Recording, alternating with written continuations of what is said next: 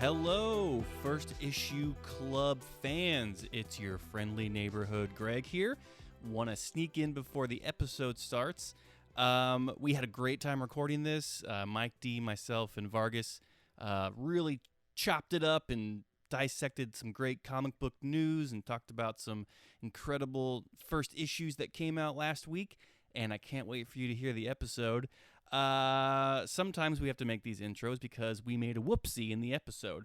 Specifically, this whoopsie is Mike D and myself were talking about the incredible streaming eBay app thing called Whatnot. Whatnot is the app that we were talking about who's getting into the publishing game. However, we called it WhatsApp about 50 times. So WhatsApp is not getting into the comic book publishing game. They are a text app, I think, but they're not getting into comics, but they make sure that your texts are secure and safe from prying eyes on the internet. I'm assuming the dark web. I don't really know what happens on the dark web. I just know that it's an upcoming Spider-Man event that we'll probably cover, but just want to get in there, call us out, show our L's. You know, we called it WhatsApp. It's actually Whatnot. And so any representative from Whatnot who's listening to the episode, which is probably every one of you, maybe skip us if you want to look for sponsors. Because if we can't remember your name, we're stupid. And you probably don't want us. But we're dirty cheap to plug. So if you want, come on over. We'll get your name right, we promise. That's a guarantee. Well, I shouldn't say that. Anyway, enjoy the episode, guys.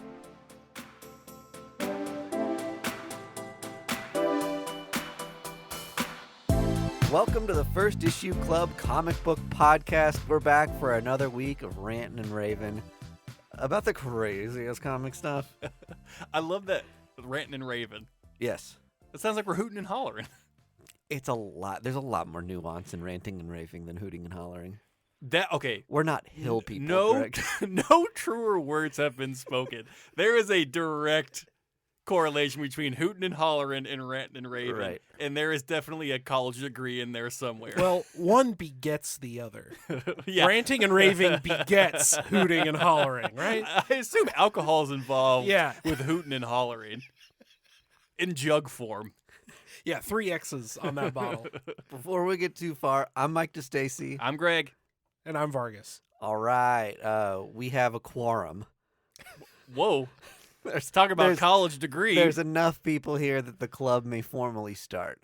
And we can get to the bottom of this week's comic book issues. Do we need to read last club notes? I think we can skip that part. Thank God. Our note taker that I keep in my closet will be busy at work. Diligently working. Exactly right. We're going to do the same thing we do every week. We're going to go around the table, talk about some comic book news and topics, and then we're going to recommend some first issues or other things that we've been reading. Yep. Sound good? I love it. I love being back. Okay, great. I'm thankful to be here. You're right. We were gone last week. We were gone. So it is great to be back. Sorry, but bonus for the listeners, they got the Patreon preview. Yeah, exactly right. So you know what you're missing out on if you're not a premium club member. Cha-ching! Again, there's ranting and raving on the Patreon, not hooting and hollering. Hooting and hollering is the free podcast. We don't make you pay for hooting and hollering. Yeah. Maybe on our OnlyFans, you'll get a couple hooting and hollerings. All right. My first comic book topic that I wanted to bring up to you guys was WhatsApp. And are you familiar with Nothing. WhatsApp? What's up with you? Oh, it had to be said. Comic guy stuff. They did it on purpose just for that joke, I believe. I am aware of it. We our friends at the Oblivion Bar Pod are like, I think their shows maybe sponsored or like they partnered with WhatsApp, and so they host shows every once in a while. Yeah. Through their LCS. Okay, great. So I guess if anyone hasn't been on WhatsApp, it's like Twitch meets eBay, as I understand it. Like live streaming auctions. It's live streaming auctions. Now, I haven't done one because I don't know how much to trust it, and the pressure of deciding on the fly whether if I want to buy something kind of makes me nervous. Have you watched one? No, I haven't. It's intense. I accidentally went into one of the rooms. Well, here's the thing. Every time I click in there, I'm like, ooh, this room looks interesting. And then I'm like, if I join this, are they going to be like, what's up? Mike just joined the chat. Yes, they do. I don't want that. That makes me like really anxious. I mean, the good thing is like you're not mic'd up as soon Yes. as like you enter the room. Like you don't have to hit like a mute button or anything. Like, Okay. They'll just be like, "Hey, welcome to the chat. Like new person here," and like Yeah. they're just like, "We got this like Hulk 12 going for $5." And Okay. some of the rooms are like pretty professional. They have like people holding their books up on stands, and some of the rooms I've been to are just like a guy in his kitchen table with like books he throws on. He's just like, "All right, Troll number 1, 50 cents," and everyone's just like, "Pass." That's the difference between ranting and raving and hooting and hollering. Exactly right. Thanks, WhatsApp. But WhatsApp is getting into the publishing game. I shouldn't say getting into. They're in it. They've They've done like 4 books so far, I think, maybe more. Kyle Starks, who wrote Kill Them All, Sex Castle, Assassination, some books we really liked, did Yes. alpha betas Yep. on the WhatsApp pub, and it sold like, or at least 45,000 copies were ordered. And then Ninja Funk, over 100,000 copies were ordered. Well, I think what helped Ninja Funk, which is probably going to be, a pretty decent book, there was some sexy ass covers for Ninja Funk. Was there? And I think Alpha Beats is going to be a TV show. Alpha betas. Yeah, sorry. Is What'd I it? say? Okay, a cartoon? I assume. Yeah, It looks cartoonish. Yeah, it looks cartoony. Well, so do all comic books, to be honest. They're That's not- illustrated. That's not true. Not all comic books look cartoony. Okay, I was trying to make the correlation that all comic books are illustrated. This I know. Again, the difference between ranting and raving and hooting and hollering.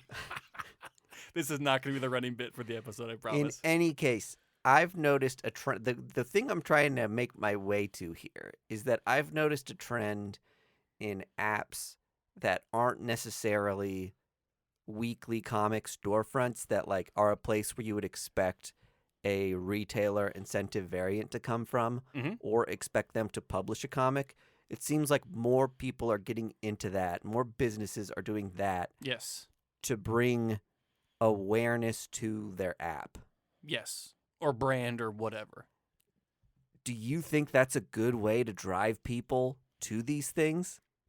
Does that work on you guys, you think? I think what this is trying to there's a couple things happening here. Yeah.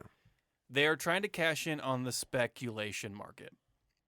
They have a low print run Yeah. variant. You're an It's- obscure, weird thing. Yes. You get a good creator. And you get a good artist on there. Yeah, exactly. They are trying to like dip their toe in there, see if it works.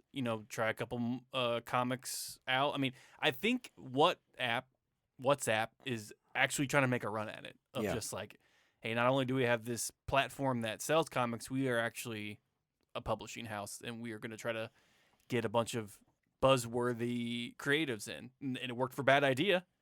Yeah. And I guess they're going strong. They're so wacky with their bullshit. I know, it's hard to keep track of. And so, yeah, I think it's just a culmination of retailer incentives we've seen for the last 4 or 5 years have primarily worked very well for stores and for just initial interest. Yeah.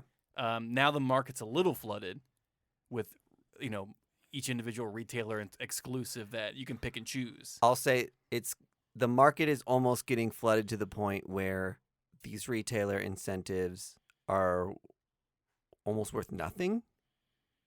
That you are into something, there's only 300 of the Virgin cover, so you're like, I have to buy this because my opportunity may fall flat. Right.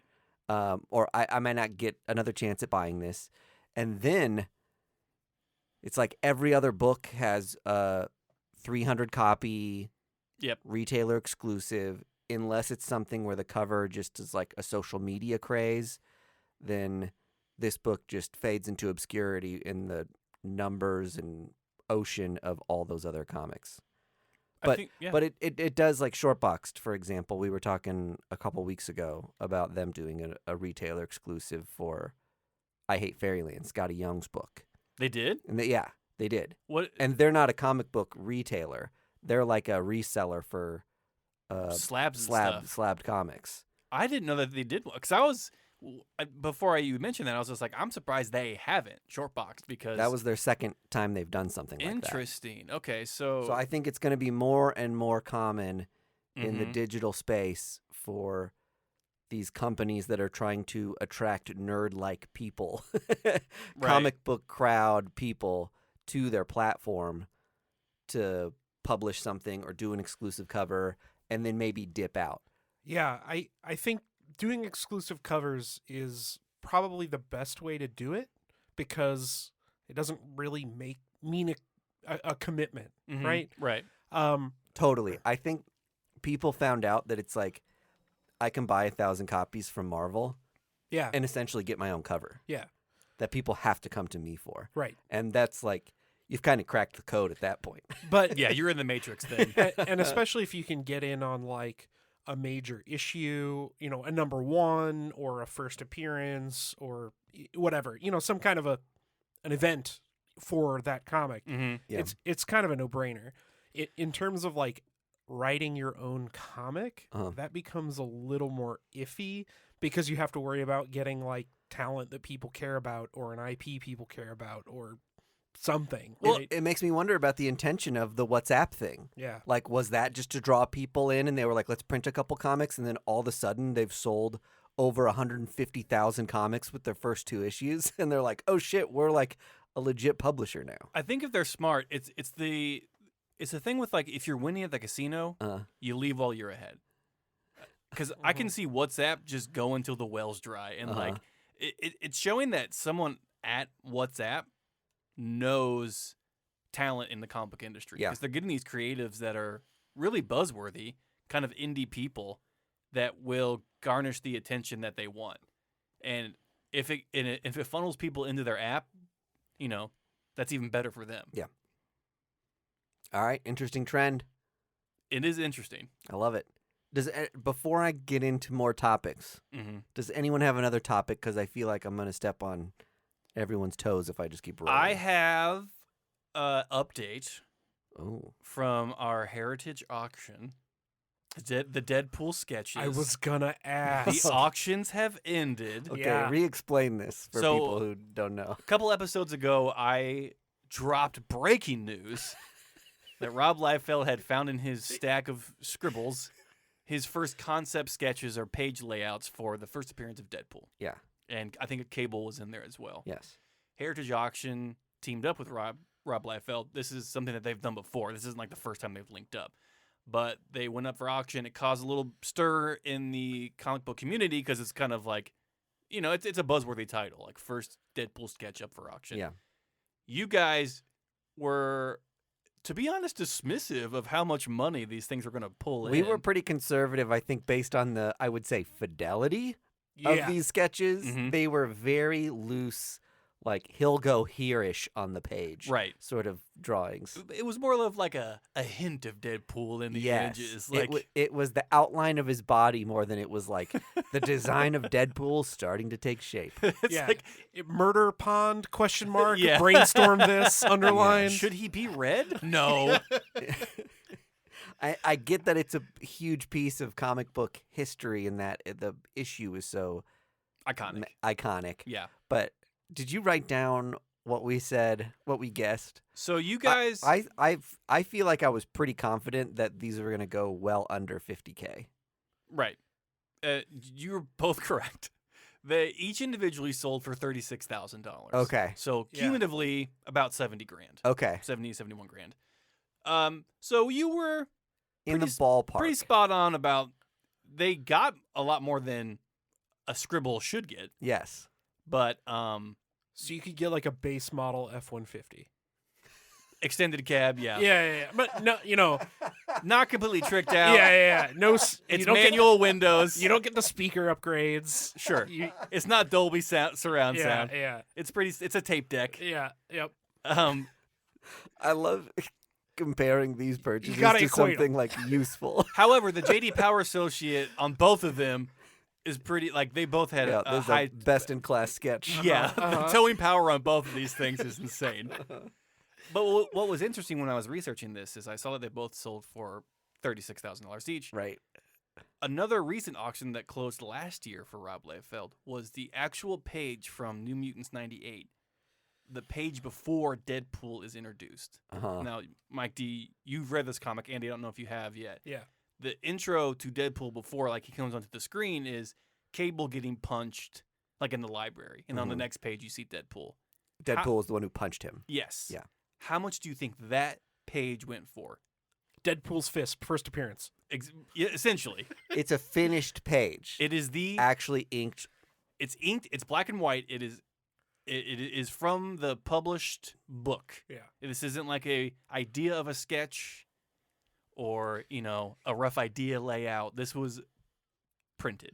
Because it doesn't have Deadpool in it, but it's from such an iconic issue, I'm going to say $85,000. Look, if this page was slabbed, that tag at the top would say first appearance of Deadpool's fist in comics. It's got to be upwards of 100,000. It would probably say first fight between Cable and Deadpool. Yeah. All of that nonsense would be on there. It went for shy under $100,000. Yeah. All right. Wow. Like, I was flabbergasted when I saw that. Yeah. And what also struck me was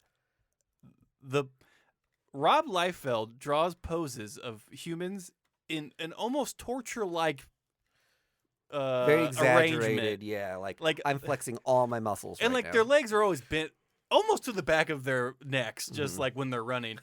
It is a wild thing to see, but I was shocked when I saw it for almost $100,000. It was.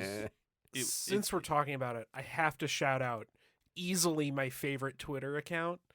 Positively Liefeldian.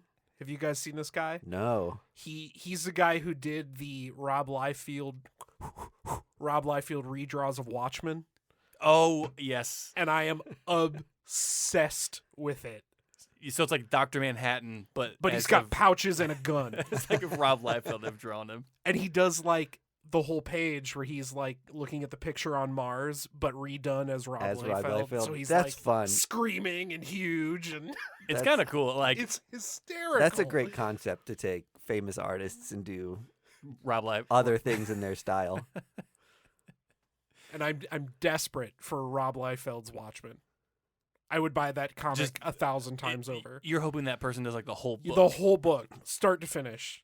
I would pay money to get. I would buy that. I would buy sure. that for sure. Like, That's such a weird niche thing. Yeah, that I would totally buy that. That's a coffee table book for sure. Yeah.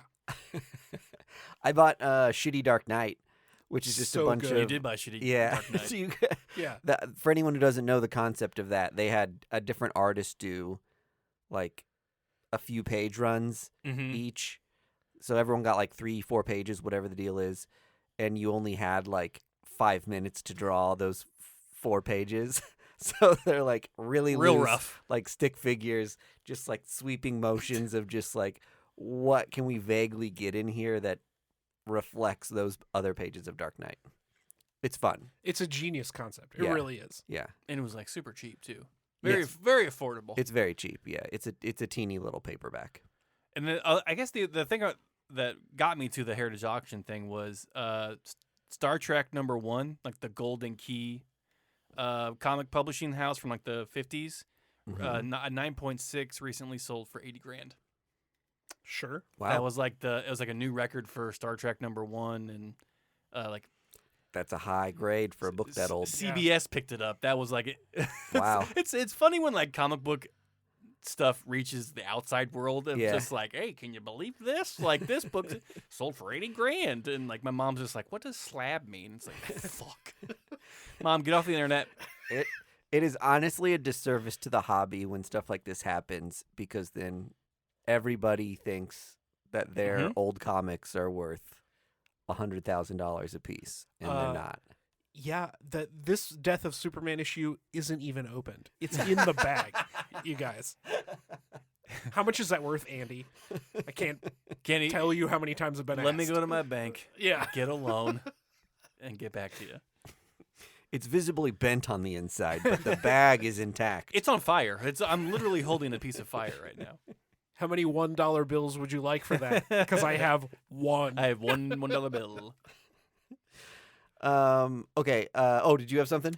I've got a couple of things. Yes, nothing let's hear it. huge. I saw today on Kickstarter, Klaus is coming. There's going to be some sort of new Klaus story We just talked about that, new. yeah. coming to Kickstarter, and I'm stoked about it. Yeah, it's same creative Yeah, team? it's Grant Morrison and Dan Mora. Holy shit. Yeah. So it launches on Black Friday. I've already got it flagged.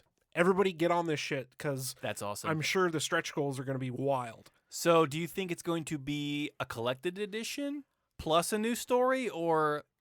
They play it off like it's going to be new stuff. Okay. But Because it's through Boom, isn't it? yeah, they have the rights to Klaus. Sure. So, but even if it's a collected, like a really nice collected edition of all the Klaus stories, that's still 20 issues or something. Mm-hmm. I'd buy that. Yeah.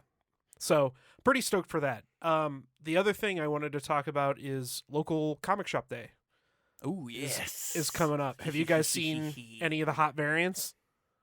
There's hot variants? They do, yeah, local comic shop day variants. Yeah. The only ones I've seen are just like the shinier covers, like the labels embossed. Yes, they've done that before. But I wanted to highlight a couple ones that I thought were especially legit, Yeah. as the kids say. This is Behold Behemoth, the local comic shop day variant. Oh, That is that's sick. beautiful. That's really cool. This makes for good radio, I know, but you can Google it. 8 Billion Genies 1 is getting Oh a my sketch God. reprint. That's fun. And Mighty Morphin Power Rangers Teenage Mutant Ninja Turtles 2. Oh, that's cool. Very minimalistic. It's got a Oh, ranger helmet and a and bow a staff. bow staff. Yeah, that's cool. I have a bunch of stuff. friends on Twitter who go bonkers, absolutely bonkers, for the Power Rangers Ninja Turtle mashup stuff. Like, it is its own subsect of super fans. And when they got announced for the sequel to the mashup, I had to turn Twitter off for a couple minutes. It was out of control. Nostalgia core. They've tapped into it. They are strapped into the main vein right there. Of the wild crossovers, though, I mean, That makes the most sense. well, Batman TMNT was the pinnacle. It's written by Tinian, and Oh, I didn't know that. Freddie Williams III, I think, did all the art. That stuff was awesome. But TMNT Power Rangers is right up there. I mean, it's really, really good. I'm trying to imagine what other crossover from my childhood that would like top that. Godzilla Power Rangers, if you didn't read that, written by Cullen Bunn. But that exists. I'm thinking like, Oh, If you could make one up. yeah, like I don't know. Animaniacs And and Samurai Pizza Cats. oh, you had that one locked away. I don't know. I was just trying to think of two cartoons I liked. What about Magic School Bus and Fraggle Rock? Wow. Unreal, dude. Jeez, can you believe it? Top that, America. I hate to pull back Power Rangers, but Power Rangers Street Sharks is absolutely one I would buy. Or Power Rangers Gargoyles, since Gargoyles is coming back. Thank you for bringing that up. Speaking of nostalgia, Dynamite is bringing Gargoyles back. And Darkwing Duck. And Darkwing Mhm. Duck, yeah. So, 90s kids, they are coming for your wallets and they are coming hard. And the whole Gargoyles series is on Disney Plus, just for anybody who didn't know that. Oh, really? How many seasons was that show? 4. Andy, how many times have you watched it? Just the once. I want to say if anybody is like 10 years younger than us and listening to this, it's all going to happen to you at some point. You're going to have, Mm-hmm. what's the Wait till there's a Bluey. Fairly Odd Comic Parents or comic books or whatever cartoon show or kids show you watched. Like there's going to be, Yeah, Danny Phantom. Yeah. I don't know that Sure. one. That's another Nickelodeon thing. Mm-hmm. I was Arrested Development for a long time, so I watched You hung out a on- lot of Nickelodeon. Yeah, hung out with cartoons a little too long. Yeah, too long. I stayed in that realm longer than I probably should have, but hey. Okay, I wanted to talk about an X-Men event that I'm really excited for. And I don't know if we've talked about this yet on the podcast, Sins of Sinister. Let's Yes. get horny. Let's Hell get horny. Yes. That was one of my pieces of news I Was wanted to it? talk about too. Okay, and like Greg and I used to talk about Powers of X and House of X way back on the Patreon. It was one of our first Patreons. It was one of our first things was we were going to like keep up with that book and talk about it week to week. Mm-hmm. And we were so excited about what we termed or dubbed the Sinister Fuck Pits. Where the Because new mutants show in up. Powers of X, you looked at the whole thing was actually Powers of 10, and Yes. in each issue you got a story 10 years out from current day, 100 years out from current day, and then 1,000 years out for current day. Mhm. Sins of Sinister is written by Kieran Gillen. Yep. And it follows the exact same format. Hell yeah. So you're going to see this evolution of Sinister's crossbred clones, which again we gave a pretty crude name to. But they're Did we? They're the F Pits. Oh, sorry. But they're like genetically crossed, right? Like no one's actually slamming, unfortunately. They are. We In- just don't see it. In this headcanon, they are, Bubba. But I think that story, just baseline, is going to be fun to see which characters get mixed together and what sort of like weird situations they get put in. On top of that, it's Kieran Gillen. So I feel like we just know that the story is going to be elevated. This is something that if you've been a Powers in House fan and feel like maybe some of those things haven't been paid off as much as you would have liked over the last 2 or 3 years, which I know a lot of people feel. A lot of people wanted more with Nimrod out of the fallout of that, wanted more with Moira out of the fallout of that, and we got that, With Moira. With Moira like 3 or 4 months ago during the 10 lives and deaths of Wolverine. But again, they kind of hid that in that Wolverine series, which seemed like a very optional side thing. But that book fucking slammed. it was one of the most crucial things to the House and Powers storyline that's happened in X-Men since House and Powers. So, and Benjamin Percy did that, right? yes, he did. Great series. I really So loved fucking it. Good. So, this is just a book that I expect to also have some comeuppance and some interesting things happen. And anytime it's comic books and you're dealing with the future, you have to assume these are just like possible realities and somewhat what ifs. But we do know that we're going to get to see Our girl Rasputin again. Oh, I was so happy that she was coming back. She's a crossover of Magic and Nightcrawler. Nightcrawler, yeah. Yeah. The concept art that sold me was Wagnerine, Yeah. which looks like X-23 and Nightcrawler, and then that like future Nightcrawler where he's like Some ogre-looking beast. yeah, like a bridge troll crossed with Nightcrawler. They've also teased layout designs for Captain America crossed with somebody. Sinister. Yeah. Oh, yeah, it's just straight up crossed with Mr. Sinister. Yeah. So this is fun because Kieran Gillen worked in Captain America getting born again out of the Pits.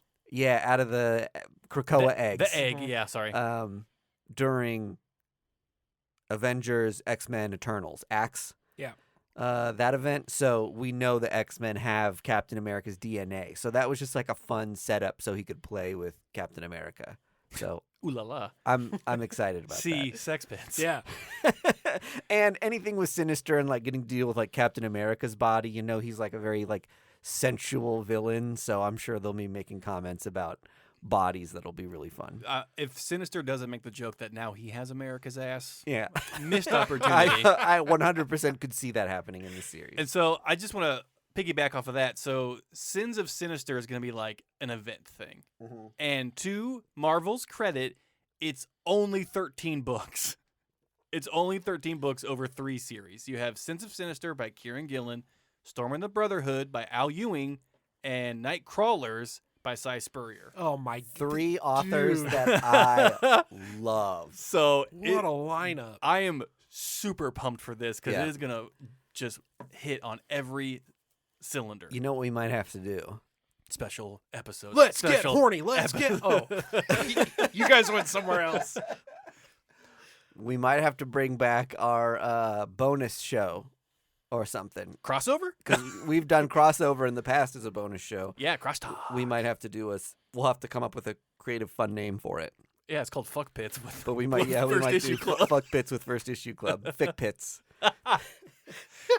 Come on in, the water's frothy. Oh God, I hate it already. Speaking of Donny Cates, some confusion this last week. He's leaving Hulk And Thor. Yeah. And I think the only book that he's got ongoing is Vanish at Image Comics, and that's already like pre-written. Yeah, so it sounds like, and he didn't go into much detail. So what happened Did he tweet something out? Yes. Okay. So earlier in the week, Ryan Otley, who was co-writing Hulk with him, came out and said, He's going to be writing. I'm finishing off the Hulk. Sorry, and and I'm finishing your sentences. that's why we're so well together. Because when I fail, you pick up and succeed. So Ryan Otley comes out and says, I'm finishing up the arc here for World War Hulk. Also on Hulk 13, I'm leaving. Yeah. And Twitter's just like, what the fuck I is know. happening?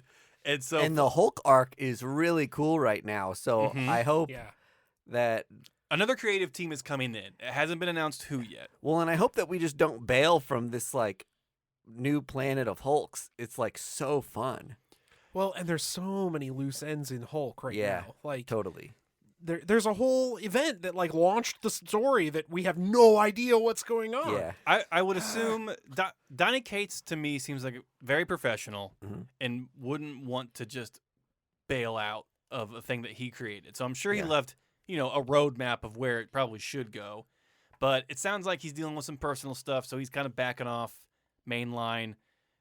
You're right. Vanish has already been like written out. I don't know for how many issues.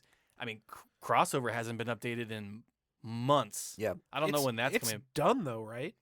I thought it was just 13 issues and done. Oh, I didn't know that. I thought it was ongoing. I don't know that Crossover's coming back. Is that that's what we're talking about? Yeah. I don't think it's coming back. I need a moment. And it's gone. Okay. So we'll see. The speculation was that he was supposed to take over Avengers when Jason Aaron left. Yeah. And so I don't know. A lot of stuff's up in the air right now. But Donny Cates is a fan of the show. If you're listening, we love you, man. Hope you get better soon and get to writing. Yeah, best wishes. Definitely deserve a break. Anyone in life, I think, is a good reminder that we all get to feeling burnout sometimes. Totally. And hence the summer off. and you can take a break. Like sometimes people I work with go on leave. Yeah. For a couple months and come back feeling good. And it's better to do that than get burnout. And I think more companies are willing to they'd rather you do that than be shitty at work. Than be so burnout and not happy with your job and all that stuff. So always an option to take some you time. Good reminder for that maybe now. Absolutely. Especially because the holidays are coming up, and that's kind of a weird Very time stressful for people. Time. Yep. So just remember, take some time for you. And I've got the seasonal stuff too. Like I know everyone does, and with it getting dark at 5:30 now, it's hitting me hard. And I know it's hitting a lot of people I'm around every day hard, just because you can tell the difference in people right now. Yeah. So, we feel shitty with you. Yeah. If you're feeling shitty now. If you feel alone and shitty, just remember we're feeling shitty with you. Everyone's feeling it. Yeah. But that's really all I had for new stuff. Do you have any more? Oh, I feel like I had one more thing. Oh, but it might be more sex bits. Well, I think it might be maybe too big of a topic, or we might have talked about it a little bit already. Did we get into the Dawn of DC stuff on a previous episode? No, but I just read about that today. Yeah, so more news is coming out about DC's 2023, and yeah, they said Dawn of the DCU, the new DCU, the new DCU. Oh, because they ended it with whatever Crisis on Infinite. Crises of Earths of Times. Yeah. So there's spinning out of that event, and emphasis on spinning out. And I think Lazarus Planet. Yeah. Is an event, which I guess means everything. I don't know if they're going to kill everything, then everything's going to be reborn via a Lazarus planet. I'm not sure. Convenient. In any case, there's going to be 20 new titles in 2023. Oh, because they realized that 52 was too many. If we had half of that, we would have succeeded. And they've already announced a handful of them and some of the creators that are going to be on them. And Any outstanding ones that kind of What raised an eyebrow for you? What is Jeff Johns writing? Yeah, what's Mark Waid doing? Mark Waid is one of them. He's doing a Shazam one, isn't he? Yeah. Yes, he is. Is there a new Swamp Thing? I don't think there's a new Swamp Thing. Disgraceful. How many Batman books? Or they haven't they haven't announced it yet. If that's the case, I don't think, because I haven't seen a Swamp Thing one anyway. Just wait till they cancel half this lineup. They'll bring something back. Yeah. But I know it's starting off right away in January with Action Comics is going to kind of kick off the event in 1051. Shocker. So if you haven't pre-ordered 1051, that might be a important one to get your hands on. There's going to be a Doom Patrol book written by Dennis Culver, who I think wrote a couple books that we liked. But I like Doom Patrol. I can't really remember. Oh, okay. what I like exactly Young it Animal was. Doom Patrol. Mm-hmm. Yeah. I liked Grant Morrison, so. But And same realm. Yeah. There's going to be another Superboy book. There's going to be a Green Lantern Hal Jordan book that Mariko Tamaki is writing. Oh, okay. Philip Kennedy Johnson is writing Green Lantern John Stewart. Okay. Keep going. Yep. Cyborg's going to have a book, no creative team announced. The Batman Brave and the Bold is going to be Tom King and Mitch Gerads. All right. Fucking hell. that's Wow. gonna be legit. Get the boys back There's together. a handful of other artists mentioned that I think are going to do backup stories week to week. Sure. And it's going to be Gilliam March, who used to do Batman, Mm-hmm. Gabriel Hardman, Dan Mora, Rob Williams, and more, it says. Okay. And each issue is $7. Shit. I'm sure they'll be very expensive. So does that mean Zdarsky's off Batman? No, that was Brave and the Bold. This is Brave and the Bold. It's not mainline Batman title. But, okay. There's no way they're getting Zdarsky off Batman. Batman's going to, I would assume and hope, Batman's going to just continue straight Yeah. on. Oh, yeah. So that's why, because we got confused like this with Future State. It's just where are we? Well, Is everything ending, including Zdarsky's Batman, but going to be reborn in January? Well, and when I first heard about Future State, my interpretation was these are the things that are going to be going on. We're going to give you a taste of what's going to be going on in the DC universe, a couple years from now. Yeah. And then we'll build our way there. Yeah. And I don't think that was actually the case at all. I honestly think it was their botched reboot. And they're just we have all this stuff down. And maybe it didn't. We just need to get rid of it. We Yeah, need to publish it. And I don't know if Dark Crisis is going to be Future State isn't happening because of the events of Lazarus Planet. Dark Crisis and Lazarus Planet, yeah. You know what was the best part about Future State? Is I didn't read any of it, and I didn't lose anything. I read it. It was good. I'm sure I it liked was. a lot of Future State. It was solid. I'm sure it was, but where does that fit in the DC canon? Oh, Nowhere. Nowhere. It doesn't fit Sick. anywhere. That's 80% of the books, though, bro. Yeah, I know. They do this every Yeah. 4 years. Yeah, I know. And Marvel does it every 5. So, what the fuck we even doing? Read indie comics. Chew never did this. Oh, dude, I'd read that MC Chew. Vampirella never updated her goddamn origin story. The same red One Piece that only covers the vital bits. Oh shit. I'm interested to see where it goes. Yeah. Because DC only seems to really give a shit when they reboot their fucking product. And it's good for 2 years and then they just forget about it. Well, as long as they don't touch the things that I'm enjoying right now, which... That's what my wife always tells me.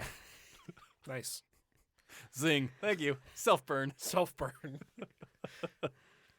All right. You want to get into recommends? Yes, I do. Let's move on to this segment. We need a little ditty or something when we change segments. We need another song contest. We did that with Yeah. Crossover and we got some really good submissions. Oh my God. I still love those. Crosstalk. Crosstalk.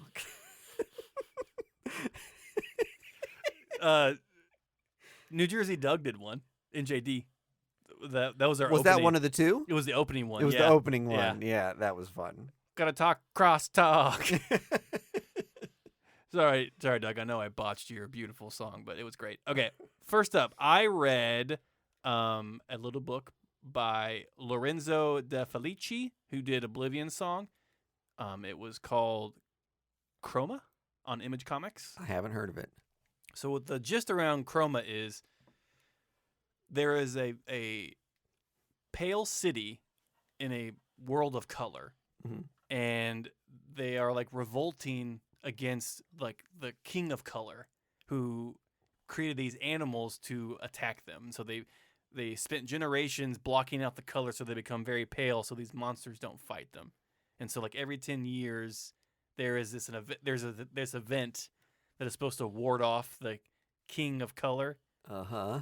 And it's like they attack this monster that is like supposed to be the offspring of the king of color. And it's actually his daughter that they dress up in, like the main leader dresses up as like a monster, and like this band of like scouts / security guards that are like teenagers. Are the characters in this like humanoid? Yes, they look like people. Yes, everyone looks like people. Okay, looks like you or I, you might say. People's is people. I love these people-centric comics. Yeah, okay, I can really relate to them.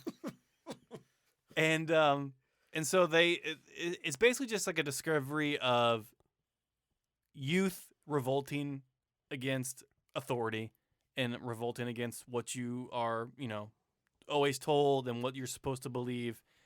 And it was beautifully done. It reminded me a lot of Step by Bloody Step that came out earlier this year. The concept itself sounds like it lends itself to a really cool visual motif. Visually, it blew me the fuck away. Yeah. It was bananas. Cool. It was so good. It ended on an insane cliffhanger for the first issue. It was very art driven. Yeah. The story was good, and even in the notes, he was just like, this may be like a cliche theme to kind of base a story on. Like, you have the non-colored area, and then the people with like all the color in the world, and they're at odds. I was gonna kind of ask about that, like how much is there a political message, or is there like racial subtext to it, or is it just, like feel purely sci-fi? As of right now, there doesn't seem to be much. Yeah. In the notes, he was like, I didn't want to make this like a political thing, or like he wasn't trying to make a stand. It was just like, it was this concept I thought of just like, can I pull this off? Yeah. Can I make this idea work that there is this like king of color, essentially, like, and he controls all the spectrum of the rainbow. Yeah. And this one like city revolted against him, essentially, and was just like, we reject you, or like or they got into a battle because he thought that they were taking advantage of all the color spectrum that he was giving them. And so it was unique to me because these people basically have spent generations rejecting color, and so they're all pale. It's called the Pale City. They're just like covered in like neutral tones, and like when you get these splashes of color from the other pages, you forget that they're pale until you see the color next to them, and you're just like, oh my god, this is such a visual, mind fuck a little bit. Yeah. Like, what was that movie? Pleasantville? He mentions that. So like he says Pleasantville, Schindler's List did it. Oh yeah. Like he's like, there's so many different movies that kind of play off this idea of just like, the neutral toned world is like, straight laced and like by the book, and then once a little bit of uniqueness is introduced, people react to that in such different ways. I was listening to a movie podcast the other day, and someone was talking about how when they went to see Schindler's List, there was like 20 minutes left in it, or like 30 minutes left in it, and the reel broke, and they came out and they were like, sorry, we can't fix it. Like, but we'll give you free tickets to like another screening if you want to come back. And I can't remember whose podcast it was. It might have been the guys from Comedy Bang Bang. But imagining having to be like, okay, I'm going to sit through the first 2 hours of Schindler's List again so I can catch the last 20 minutes is like, man, it's such a amazing movie. Right. But it's one of those movies that it's like, how many times can I watch Schindler's List? It is just like hard to bring yourself to that place. I had the exact same situation, but it was with Jurassic World Dominion. And you broke the reel. Which is equally hard for different reasons. That's not the one where Jimmy Buffett makes an appearance, right? Yeah, the Buffosaurus Rex. Hey, we're going to Margaritaville. Roar! Oh yeah, he was in the first. I think one. he was in Jurassic World. Yeah. Yeah. He was running off with 2 margaritas. 2 margaritas. That's some laid back DNA. He kind of sauntered off, really. He was like, I'm not worried about this T-Rex. It's hamburgers in paradise for me, folks. Wow. Yeah. I think I will just get my money back if that ever happened to me for Schindler's List. I go see another movie. I can gotta see where it's going. I don't need to. That's why I've never seen the end of the Pianist with what's his face? Brody. Adrian Brody. Adrian Brody. I fell asleep in it, and like that's a long movie. Yeah, that's a tough one too. And it's really tough. And I fell asleep, and I tried to watch it again, and I fell asleep again. I was like, you know what? There are signs that I can recognize. I feel like there are some heavy movies that are so well respected that I feel a responsibility to see them, and gearing myself up for it is like having to do homework.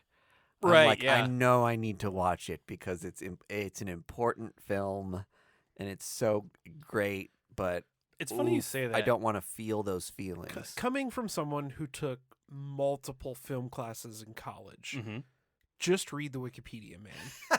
I'm not kidding. Get the Cliff Notes. I'm not kidding. Like, there are enough people out there that will watch There Will Be Blood that you don't have to. Yeah. Like, that movie's been appreciated. Yeah. If you want to know the story, read the wiki. If it draws you in, go watch the movie. Yeah. YouTube the I'll drink your milkshake clip. That, And yeah. you're good to go. Yeah. Yes, I need enough of the pop culture references that I feel like I'm not missing out, I guess. That's why VH1 needs to bring back, like, I love the 90s or I love the 2000s. Like, I need those quick hits of what did I miss? Yep, recap me. And I need to be good at parties again. Every new year, I look at the AFI Top 100 and I just, like, kind of scroll through it. I'm just like, me? No. That's what I'm saying. Nope. Does it change that often? I say, like, every 10 years, Yeah. like, they kinda kind of shuffle reevaluate. around a little bit. Yeah. But Star Wars is always number 1. Yeah. Those folks are out there. Don't worry about it. Support indie comics, support indie cinema. I remember when I was in the 90s, AFI, I don't know if it was the first time they did their top 100, but I remember it was like a big to-do. Oh, for sure. And Citizen Kane was the number 1 movie. Sure. And it's like, how It's a fucking sled. is that still the number 1 movie? Do we still hold that? Like, we think about all the movies made today. And I mean, I understand that it did stuff for film, right? But when you put it next to another modern day movie, you put Citizen Kane next to Jurassic Park. Or fucking Blade Runner or something. It's like it's because of if we really want to get into this, we can get into this. It's because of what it did, not for movies. It's because of what it did for storytelling. sure. Right. Like the way that plot is structured was totally unique at the time. It came out in like 1943. Remember that, right? Yeah. Like Yeah. Horses were still considered transportation at that time, folks. I mean, it's a it's an out of order storytelling, and it's He was the first M. Night Shyamalan. He really Orson Welles, M. Night Shyamalan 1.0. What a guy. What a mensch. I have a tough time with old movies. And I feel like you need to do a separate list almost. That's like, here's movies important to history list, and then a movies you'll actually enjoy watching list. Yeah. Good movies. Yes, good. Yeah. Important good movies, good movies. Yeah, Yes, one right. list has Schindler's List and Citizen Kane. The other list has like John Wick 1, 2, 3, 4 right on top. Pee-wee's Big Adventure. I also read Voyagis that was on Image. It's about I saw that title, but I don't know what it's about. It's unique. It's unique because it's like an alien race that finds one of the Voyager satellites that we send out. Oh, hell yeah. And Cool. and so the protagonist of the book comes in contact with it, and she goes into some kind of like trance or some kind of like, she gets like hypnotized, and that's how the book ends. So Okay. It was the first. That book is the first. Time out. Sorry. This book was written and drawn by the same person, and it's their first comic book. Oh, okay. So knocked it out of the park, especially for a new debut. A big concept Creator. that landed really well. Yeah, And awesome. so it's a mini, so not a big investment. Cool. I'm very excited to see where it goes. Nice. I love it. Great recos. Yeah, Voyagis, out on Image. I had 2 images today for my recos. We need these different perspectives. I'm more often I'll say the basic bitch, if you will, of the podcast, because We've got a Marvel shill, a DC shill, and Mr. Handsome. My book was a DC book Oh, this week, and I know I'm late to the party, but You guys heard of Batman? yeah. this Bane guy- broke his fucking back. It was wild. Punchline the Gotham game. Oh, how was that? Hey, it's my pick, man. What the fuck do you think? Sometimes we pick ones that are just like, this was crap. And I want to talk But I about need it. to talk about it. Yeah, no, I love. So Teenie Howard wrote it. Oh, And dynamite. Since Punchline was introduced in Tinian's Batman books that he's been writing, because Hell Arisen, I think. Joker Hell Arisen. Yeah, when she first showed she up. got she got brought up in a mini series and has since showed up in other minis and one shots and all this stuff. To me, this book felt like the first formal story. Like it felt bigger than the one shots and the other things that have been told that were kind of so deeply tied into the Tinian mythos of the part she played in his larger story. Mhm. And this is her kind of out of jail on her own, doing her own thing, unleashed on Gotham, right? And it did a lot of exciting things to get me pumped for the series. This is another one that I don't think it's a long ongoing, but she will be. But Punchline, we're assuming, is going to be in Gotham for a long time to come. Yeah. And I think this book is going to go for enough issues that it'll be a really fun story. To give you some highlights, She has tentacles now. and Oh, hell yeah. I read the wrong book. I'm sorry. Put her in those sinister pits, you know what I'm saying? exactly right. Okay, so Teenie Howard is also writing Catwoman. Mm-hmm. And so there's like the Hasegawa gang that we're going to have some cross out over with. Cool. And Catwoman had a fling with the leader of that gang. Yep, And I'm aware. Punchline's going to try to take over those docks. She thinks she's going to get away from Batman interfering or Catwoman interfering because of those dynamics and relationships, that it's kind of like that's Catwoman's turf. So Batman, don't mess with it. Catwoman doesn't want to mess with it because she just had a relationship with this person. So Some 4D chess is happening exactly, right now. exactly right. So there's some fun, complicated things going on like that. Bluebird and the Batgirls Yeah. were really intrinsic to Punchline story, so they're probably going to show up at some point. I'm sure there's going to be a Harley Quinn fight at some point during this book. Right. So let's talk about that for a Yeah. second. I think everyone assumed she was going to be the yin to the yang of Harley Quinn, because they're both like clown adjacent. Yes. And they're both strong, independent female Well, that's anti-heroes. how villains. Punchline was introduced, was Joker's new girlfriend. Exactly. Right, yeah. right. So, So they had a built-in conflict already, mhm. and She's seen Joker's hog, we assume. well, and you had this story of Jesus of Punchline getting more and more insidious as Harley Quinn was stepping in the other direction. Like, I felt like there was a crucial point there with Stephanie Phillips' Mhm. Harley Quinn run where we were like, okay, she's really treading into hero territory now.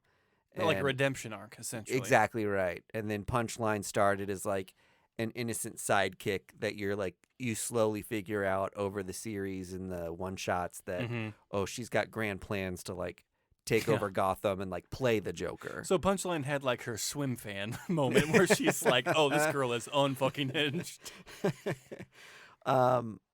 there's social media stuff going on. She kidnapped an influencer, which I feel like is another like intrinsic part of Punchline. And so it's fun to see that wrapped into the story.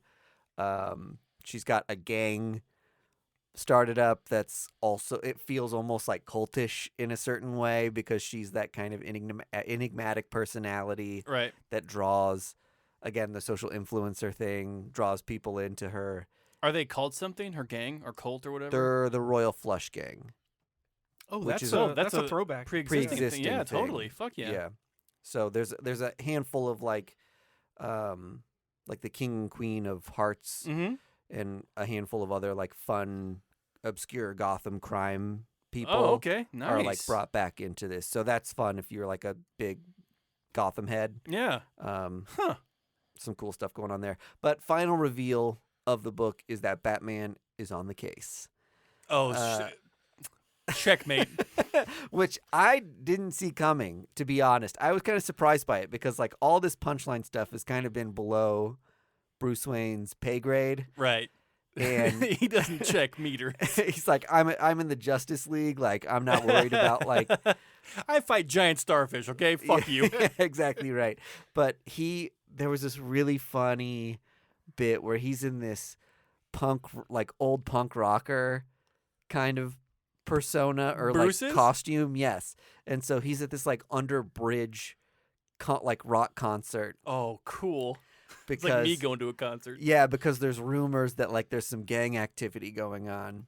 And so he goes in disguise. You guys got any drug cigarettes? And the social influencer that gets kidnapped by Punchline comes up to him earlier and is like, "What's up with this guy? Hey, is Black Flag showing up tonight?" Oh my God. He's making fun of like how old he is and how he's like a leather old dude showing up at this like young kid.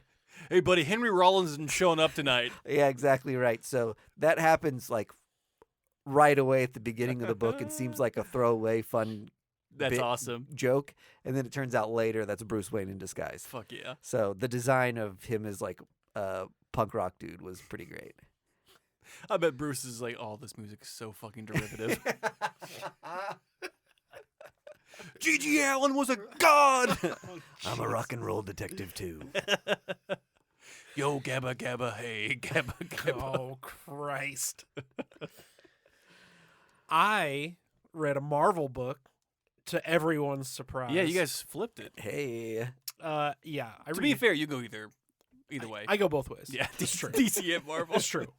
I finally caught up. My to-read pile is probably 50 books deep. I mean, I'm way behind. Nice. So I finally caught up on... Only 50? Dude. Jealous. It's bad. I think you'd be surprised at how good that is to a lot of people. Yeah. Probably. Yeah. Probably. I got shit from last year that hasn't even been read yet. It's tough times out there for everybody. Reading's hard, man. But I caught up with Captain America: Symbol of Truth. Oh, no, yeah. I'm sorry. Sentinel of Liberty. Sentinel of Liberty. So the one featuring Steve Rogers.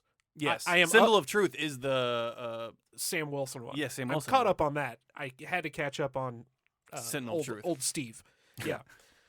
Those books kind of came out at the same time as like counterparts. Yeah, they're going together, and I'm assuming they're eventually going to overlap again. Right. But there's two writers on these, Jackson Lansing and Colin Kelly and Carmen Carreno.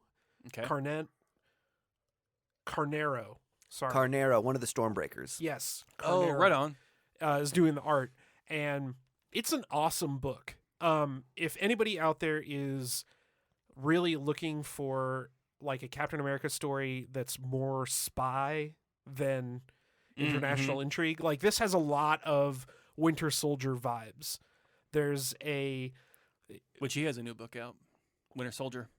It's a one shot that's spinning out of Holy shit! Out of this, this ongoing. Is it alternate reality or is it in the 616 main?